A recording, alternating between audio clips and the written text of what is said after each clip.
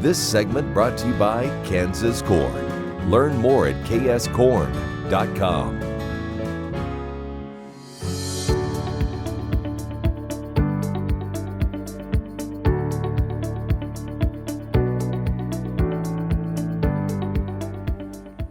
Hi, I'm Kyle Bauer. My guest today is Tom Holmquist. We're talking about the Smolan, Kansas area. His ancestors had settled in that Smolan area in the late 1860s. Of course, that area was also the area cattle were being driven up from Texas, and we also had issues with the Native Americans at that point. There was. This was a completely new experience for these people. They had settled here thinking this was they would get their farm started, and then here would come these herds. We're more familiar with the herds going to Abilene, but that's not entirely true. There were some that went to Salina and others that went to Brookfield. But it's right down this I-35 corridor, which where the interstate is today.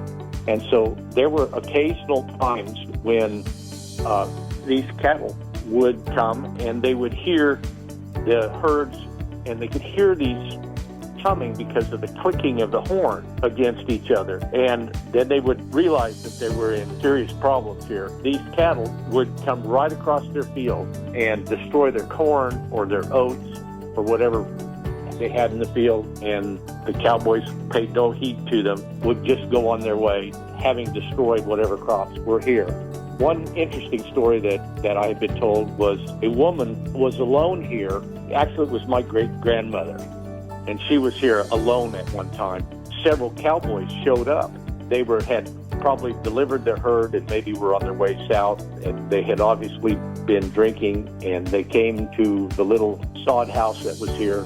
They started riding around, and they shot the one window out of the house. Well, Lavisa, who was her name, she hid under the table with her little Spitz dog. The dog barked and got away from her and got out the door and started to bite at the heels of the cowboys' horses, and one of them shot the little dog. Well, then they went on left, and she went in and found her dog. And she told this story oftentimes at family gatherings and things. And even 70 years later, tears would run down her cheeks at the loss of her dog. But then she would say that the women out there were much more frightened of the cowboys than they ever were of any of the encounters they had with Native Americans. I was about to ask, there would have been Native Americans through the area, because again, it was just settled. They would have been used to centuries of traveling that area. That's right. This was oftentimes Kansa hunting grounds during that period from the Kansa tribe. And there's one kind of fun story about them. They were camped over here about a half mile south of where Smolan stands today on Dry Creek. And the Matsons, who homesteaded right where Smolan is today, had a baby. It was the first baby born in this community. So word traveled fast, of course, that there was a new baby. And when the people there who were camped along the river, the Native Americans, they heard that this baby had white hair, which is common for Swedish babies, of course, and they wanted to see it. The whole group walked up to where this homestead was, where Smolan is, and asked to see this baby. Well, of course, the Matsons were a bit frightened about this, but they finally gave permission, and so they let them into the dugout, one or two at a time, to see this new baby with the white hair. All of the Native Americans just lined up in a line like we would do today and came in and saw the baby. And once everybody had their turn, they were satisfied and went on back to their camp.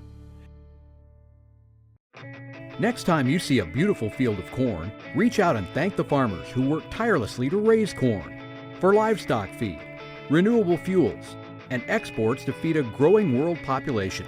The farmers on the Kansas Corn Commission work for Kansas Corn with grower-funded checkoff dollars that support foreign and domestic market development, research, promotion, and education to expand opportunities for Kansas farmers. To learn more, visit kscorn.com.